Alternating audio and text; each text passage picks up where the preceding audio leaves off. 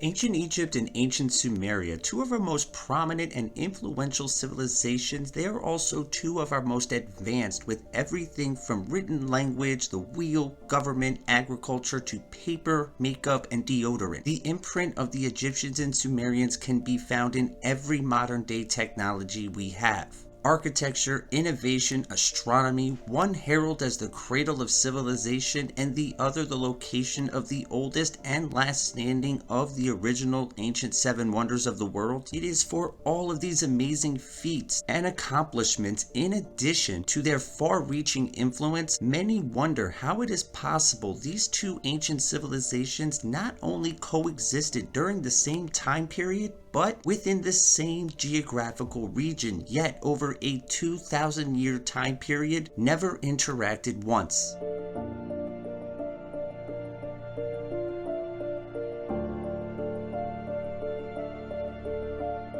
However, when looking over the totality of evidence as well as the debated accepted theories surrounding these ancient civilizations, the answer to these glaring questions become evident. The ancient Egyptians and ancient Sumerians were the same culture, and more than that, could also possibly be connected to one of humanity's most well-known ancient stories, the biblical tale of Noah's Ark.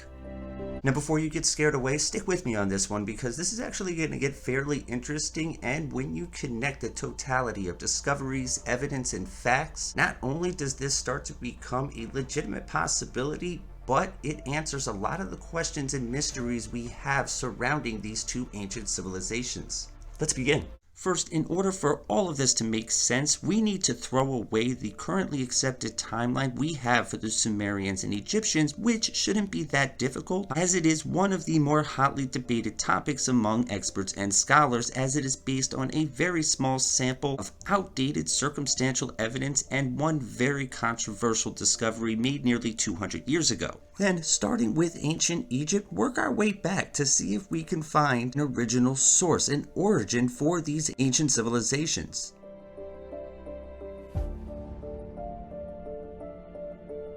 When it comes to the ancient Egyptians, most people are familiar with their amazing accomplishments and recognize their massive structures that still stand today, but most people are unaware of the mystery as to how they actually got to this point.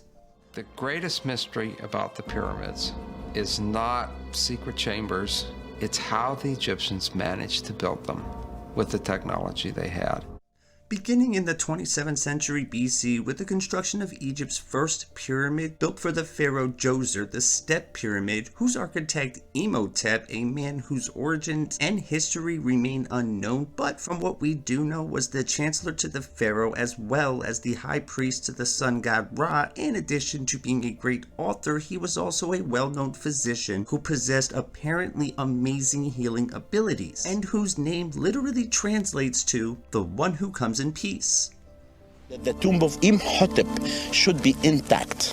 If this tomb will be discovered, and it will sometime, any archaeologist will see that name in one block, he will be the luckiest man on earth.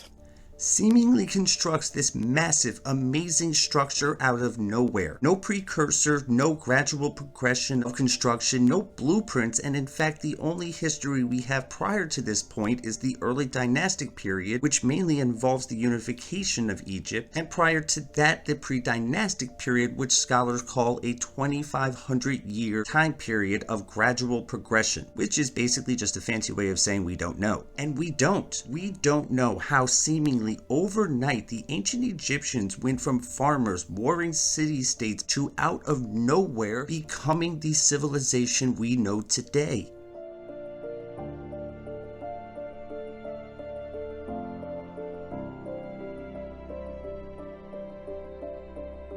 Now we make a quick journey, less than 900 miles in fact, over to ancient Mesopotamia and the Sumerians, where some recent discoveries have challenged the currently accepted timeline regarding this ancient civilization, possibly revealing the answers to some of the mysteries we were just talking about.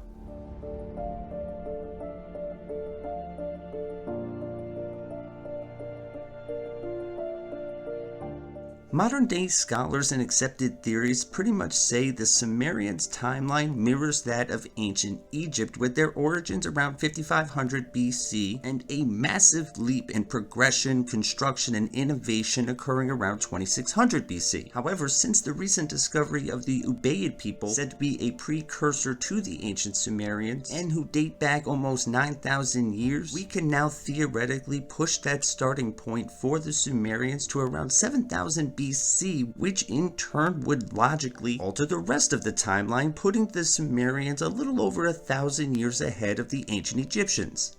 So just a quick side note here, what are we really looking at? Because I'm not a massive supporter of the whole reptilian theory, but when I look at these statues, I mean, they kind of look like lizard people. Understanding this new timeline, we can now utilize this wonderful little attribute people seldom use anymore, logic. And this logic would dictate that a civilization that existed for nearly 7,000 years within the same region, who were as advanced as the ancient Sumerians were, and were well-known trade merchants, would at some point travel the 888 miles along the same Fertile Crescent in which they resided in, and logically set up a trading post, because they were well-known trading merchants. And the location of where ancient Egypt now resides opens up a vast new world for these people and takes little effort to get to, expand, and fortify.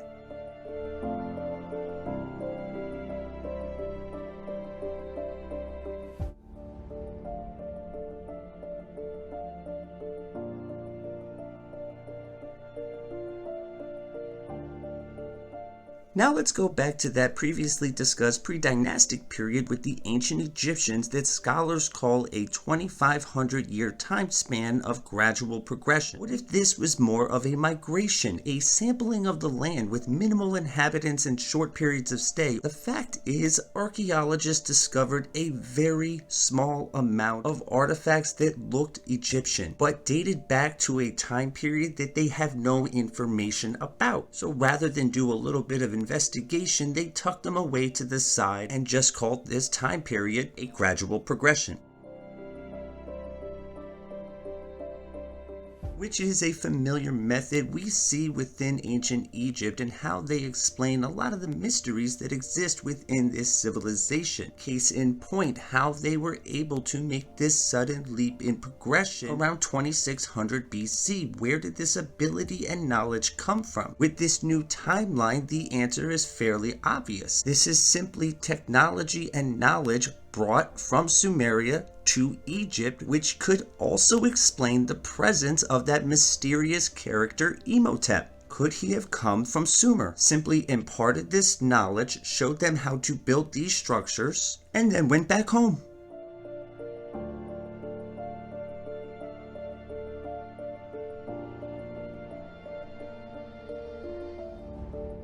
It is not just the proximity and the simple logic that brings these two cultures together as one. It is based on the numerous pieces of evidence that we find in every aspect of these two civilizations, and the striking similarities they share further establishes the very real possibility that this theory is true, starting with the actual names that the inhabitants of ancient Egypt and Sumer gave their land that bear a very spooky similarity. The Sumerians, a name given by the Akkadians. However, the Sumerians' actual name for themselves were the Sangnagia, which translates to the black-headed people. Looking at the Egyptians, the word Egypt is actually derived from the Greek word Aegyptus. But during the time of the ancient Egyptians, especially around the time of the Old Kingdom, they referred to their land as Kemet, which translates to people of the Black Land. Both civilizations have a king's list. The Sumerian king's list is a list of every king that has ruled over the land, including those who ruled before the deluge, chronicling their history back over 100,000 years, with many of the earliest kings ruling for periods of time from 18,000 to 44,000 years. The Egyptians have the Turin King's List, or the Turin Royal Canon, which is a list of every Egyptian king and pharaoh that has ruled over the land of Egypt, and like the Sumerians, contains the name and years of rule, chronicling their history back over 32,000 years. The discovery that there were kings even before Narmer, even before the first dynasty, has forced Egyptologists to invent a new term, Dynasty Zero, which really comprises all the rulers from different parts of the country who reigned before the first dynasty. One of the major downfalls of the Sumerians was their constant fighting amongst their numerous city-states that existed within ancient Mesopotamia, and it is this constant battling that prevented one true ruler to ascend and lead this nation. Rather, we have integration of the Akkadians and the Amorites, which would eventually lead to the invasion and conquering by the Elamites, who would eventually morph into the Babylonians, who would eventually be conquered by the Romans. Now let's look at the early dynastic period of the ancient Egyptian, who too had numerous warring city-states constantly battling, but with the Egyptians we have one true ruler who would conquer and rule over all, the mythical king Menes, who scholars now believe is the actual King Narmer. And it is King Narmer who would conquer and unite Upper and Lower Egypt, eventually becoming the first true king. And King Narmer sounds and looks an awful like the Akkadian king Naram-Sin, who too battled numerous city-states until he conquered all, becoming the first Mesopotamian king to claim divinity for himself and the title the King of the Four Quarters, or King of the Universe. And while he was king of Akkad, this city did reach its maximum peak and strength.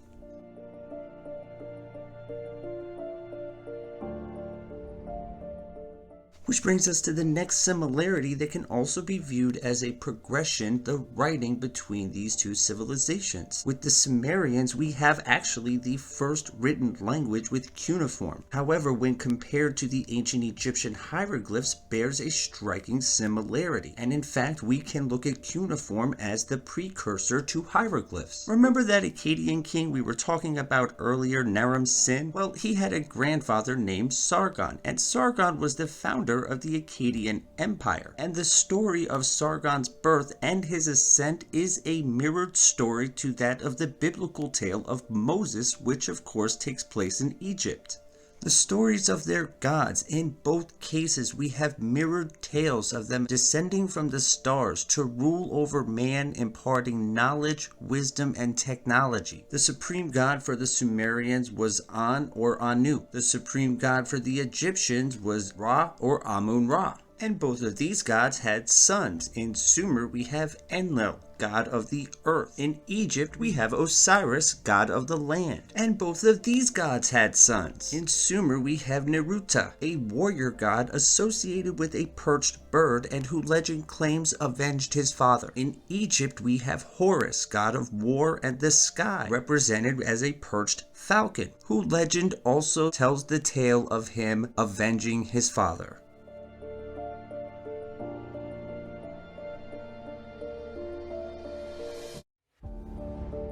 Moving forward with this new theory, the origins and mysteries surrounding the ancient Sumerians, they could possibly be explained with the discovery of an ancient site that is currently under excavation, located only 580 miles to the north, and its discovery is rewriting human history. Gobekli Tepe, a massive ancient site dating back nearly 12,000 years and is being heralded as the first ancient temple built by human hands. But what is very fascinating about this complex is the depictions of animals that are carved into these massive T-shaped pillars, and the statue of the Urfa man found within this complex that bears a striking resemblance to many of the statues we find in ancient Mesopotamia. Looking at the advanced technological scope it would take to create this massive ancient complex, one cannot help but wonder where this knowledge came from, where this civilization came from, which also leads to an unavoidable observation: the close proximity this site has with another ancient location just 440 miles away, Mount Ararat, the biblical final location of Noah's Ark. Which again, I know sounds ridiculous, ridiculous, but just about every ancient tale we have has a basis in truth. And when you look at the ancient Sumerians and ancient Mesopotamia, this is where we have the origin of the biblical tale of Noah's Ark with the Babylonian tale, the Epic of Gilgamesh. In addition, we look at the evidence that there is an actual boat sitting on the top of Mount Ararat. You can imagine it starts out in the office first. You might have found Noah's Ark. And they're having a cup of coffee or maybe eating lunch. So what do you got? I got a couple of Soviet tanks. What do you got? I got the Ark.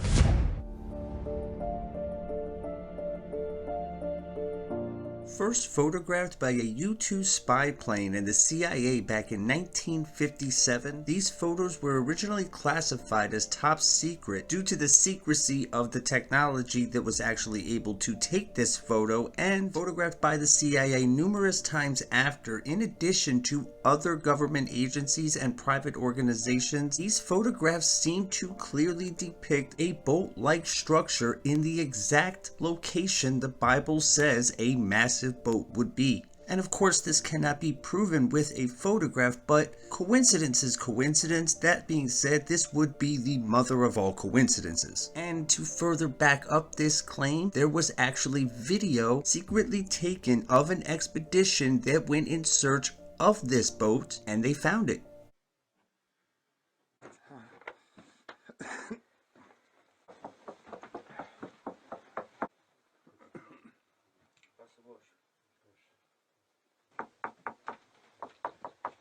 Recorded back in April 2010, a group of Turkish scientists along with evangelical Christian scholars claim they have found the actual Noah's Ark. And this video does seem to show a massive wooden structure containing compartments, straw, and other man-made objects that absolutely should not exist on the top of a 14,000-foot mountain. A mountain that just so happens to be the supposed final resting place of Noah's Ark. And so again, coincidence is coincidence, but I mean, damn, this is a pretty big coincidence.